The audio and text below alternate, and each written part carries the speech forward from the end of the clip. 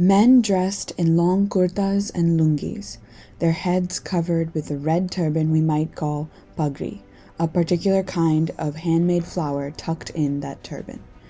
Carrying a rather heavy jola on one shoulder, a gourd flute called morli in one hand, and another percussion instrument called damru in the other.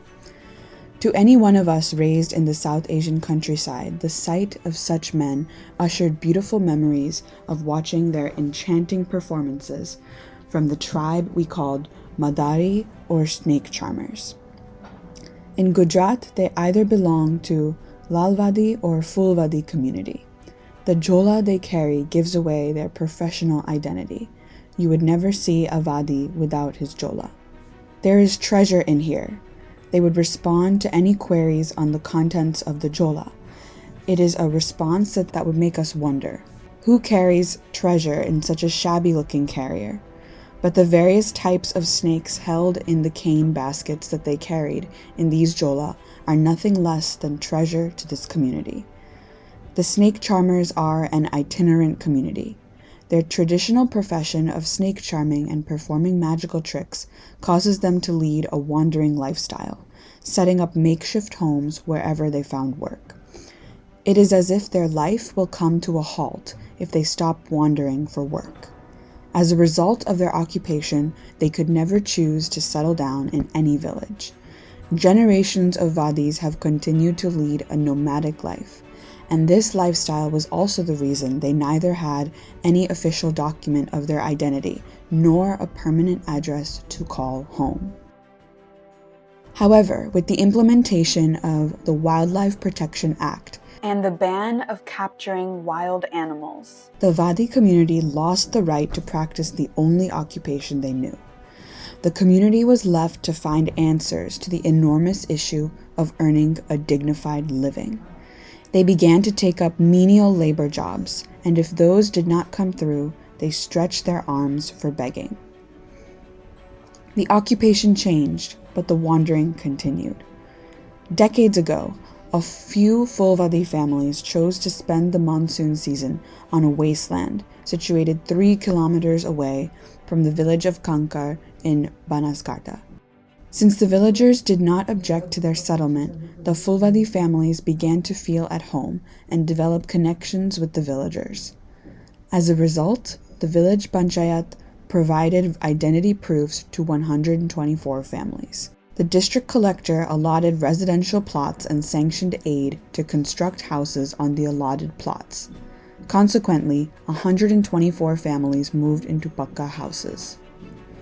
However, apart from the 124 families who made it home at Kakar, there were 177 other Vadi families awaiting documentation for their identity and a place to call home. Apart from the monsoon season, when most nomadic communities stay put at one place, these families also visited Kakar settlement during the wedding season. The Vadi weddings are interesting rituals to witness. Interestingly, a Vadi wedding costs just 5,000 rupees. It is fascinating to learn how people can find joy even in limited resources. After we came into contact with these families, we drew the government's attention to their fundamental issues that needed to be addressed. As a result, 90 families were allotted plots and documents of identity issued to those who were still waiting for it. 72 families received government assistance of 45,000 rupees. The economic condition of the Fulvadi community is very poor. In the entire settlement, not a single family can afford to buy a bicycle. Their abject poverty is one of the causes of their marginalization. Sadly, the poor in this country gain importance only when political parties decide to play vote bank politics. As soon as the government assistance of 45,000 rupees reached the accounts of these families, greedy interest groups began to loiter around them. One of them succeeded and took up the contract of constructing the houses. Each of the 72 families gave the first installment of 21,000 rupees, a sum total of 15 lakhs, to the appointed contractor. Construction began, but turned out to be of very poor quality. The confused Vadi families did not have the courage to speak up. The social welfare officer warned the contractor and later stopped the construction work. Unable to meet the quality guidelines, the contractor left the work midway. Later, these families requested us to help them finish the construction of these houses. 500 ચોમાહાનું બહુ વખો પડતો, બે બાજુ ઓસાડ રાખતા, ખાવાનું એમ નહોતો બનતો, અંદરમાં પાણી ઉતરતો હતો, બે બાજુ ઓસાડ નાખતા, તોય મેં વરસાદ આવતો તે કાચો પાચો કરીને ખાતા ને અડધા ભૂખ્યાય પડ્યા રહેતા. With 21,000 rupees already spent, only 24,000 rupees per family remained. 32 houses were located in lower ground with poor soil quality. Building a house that would last them decades was going to cost way more than budgeted. VSSM took new estimates for the construction that came out to be 1.5 lakhs for 72 houses and 2.5 lakhs for 32 houses. It was a substantial amount we had to mobilize, but a decent house is everyone's dream. These families were first-generation homeowners, and we wanted them to have homes that their future generations could enjoy. Instead of opting for poor quality construction that would crumble down in a few years, we wanted to opt for good quality houses that were sustainable, well-designed, and very long-lasting. As an organization striving for a greener planet, we also wanted to minimize waste of precious natural resources and be mindful of and reduce wastage of taxpayers' money that fund all the welfare activities for the poor. After carrying out the required soil tests and understanding the needs of these families, we designed houses that had the potential to hold expanding families by adding a second floor if required. It took us 2 years to build a beautiful settlement of 90 homes, complete with basic amenities. VSSM wrote to the district collector for water and electricity connections to the settlement.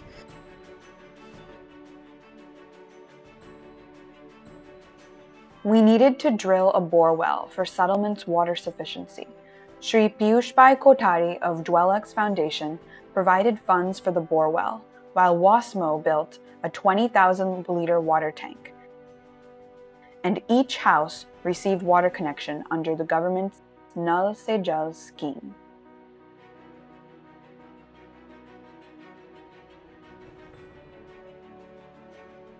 Obsolescence of their traditional occupations, as well as a lack of education and relevant vocational skills, means the Vadi families continue to wander for work, which requires them to take their children along.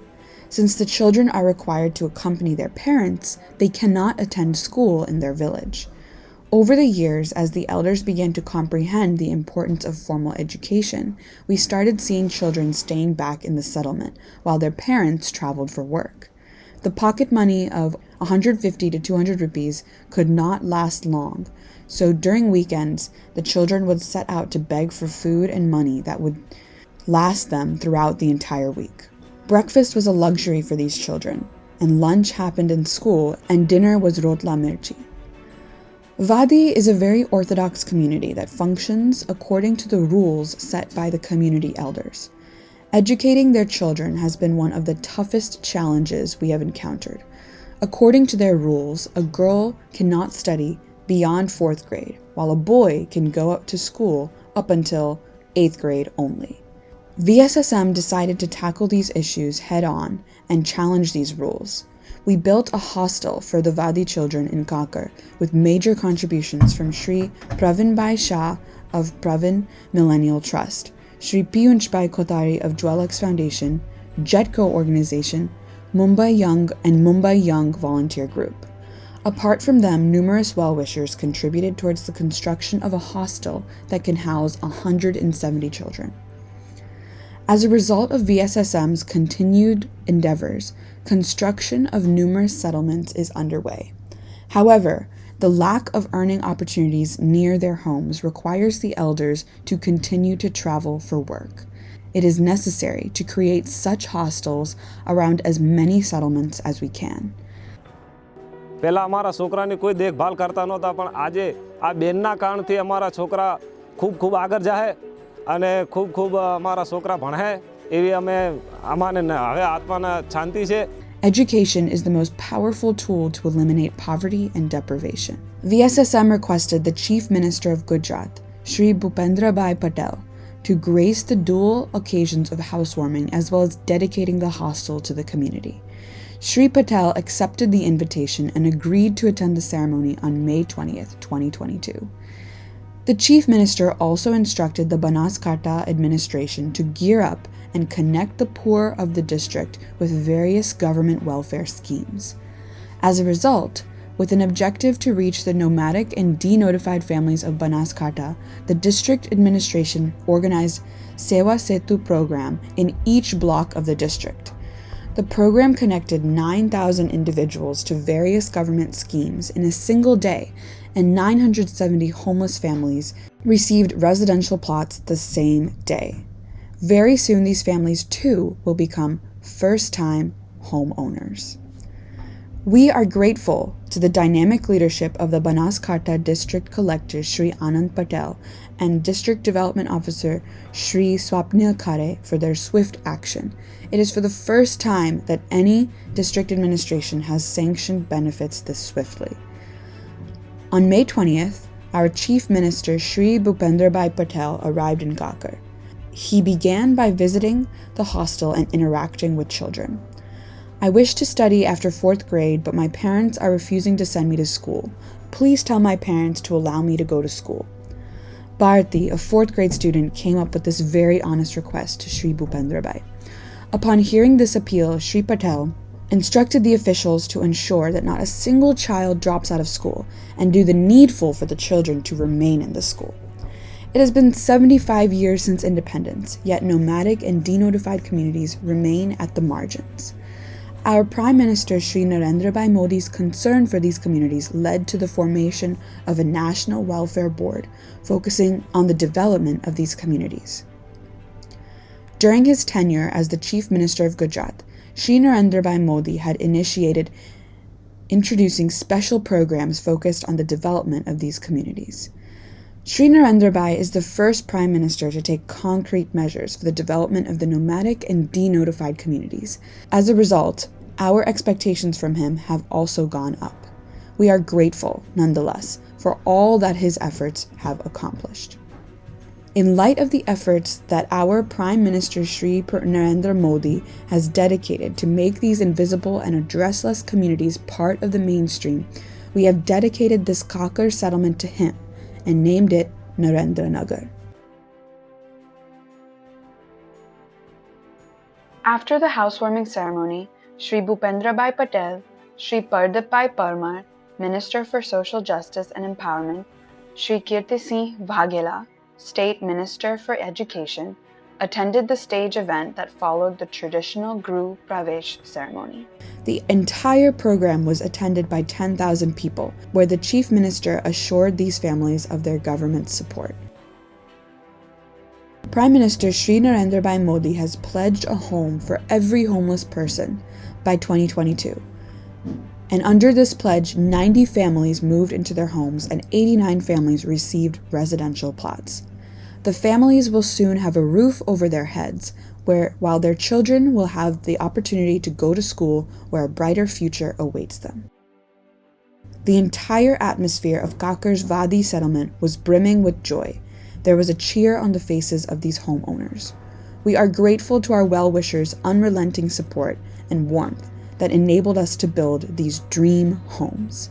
Narendra Nagar is a result of a proactive partnership between government and society, and we hope we can continue to work together and create many such Nagars in the future.